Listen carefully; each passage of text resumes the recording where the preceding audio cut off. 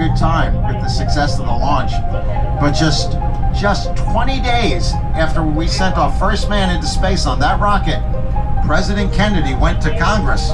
All this area here, this empty grass area, that's where the original NASA headquarters building was.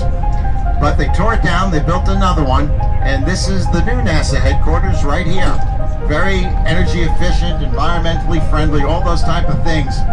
That is Launch Complex number 36. That's where Blue Origin will be launching that big New Glenn rocket from. Been here for years and years, and that's the last one of the Delta program. White arm, that's called a crew access arm, also called a swing arm.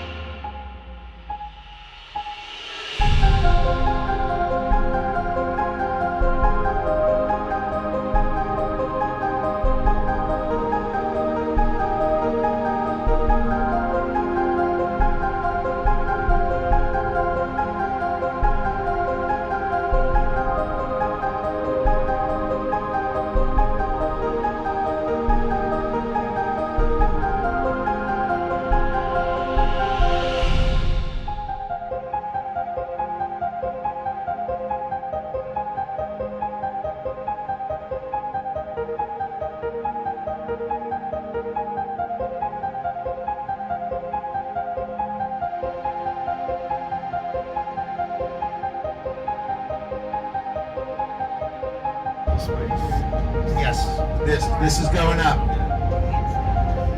Okay, quick take some pictures because we got traffic behind us.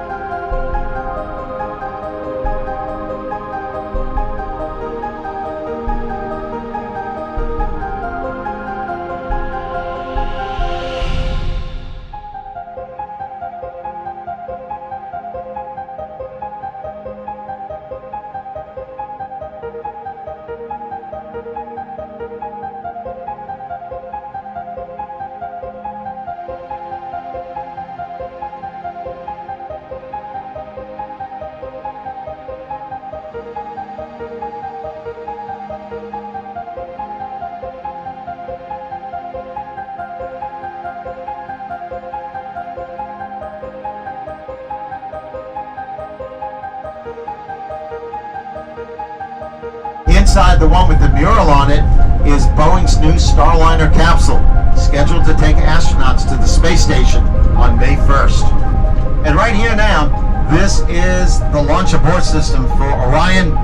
Here is your white room. There's the crew access arm. Oh yeah, look at this down here, this lime-colored vehicle. That's the armored vehicle that would sit at the bottom of the zip lines.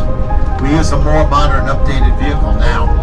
The last thing out here for you to see is a semi-looking American flag. It's painted to the scale of the big flag up on the building. So when you get out there, you'll see the stripes are 8 feet, the stars are 6 feet. This is a great place for photos.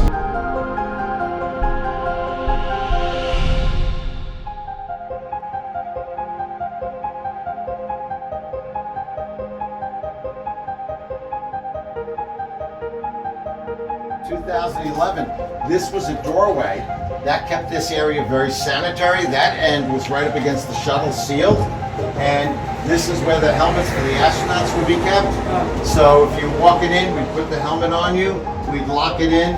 Here is where they kept the parachutes for the early missions.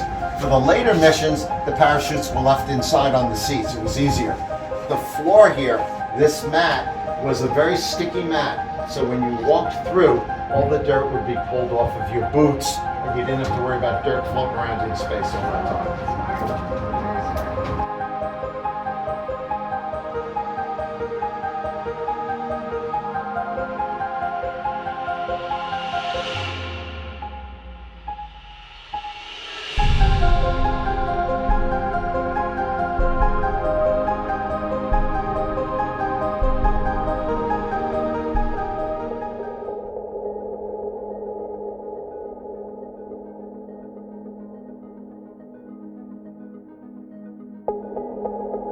first took off to fly to the moon. The tragedy of Apollo 1 had put us a year and a half behind.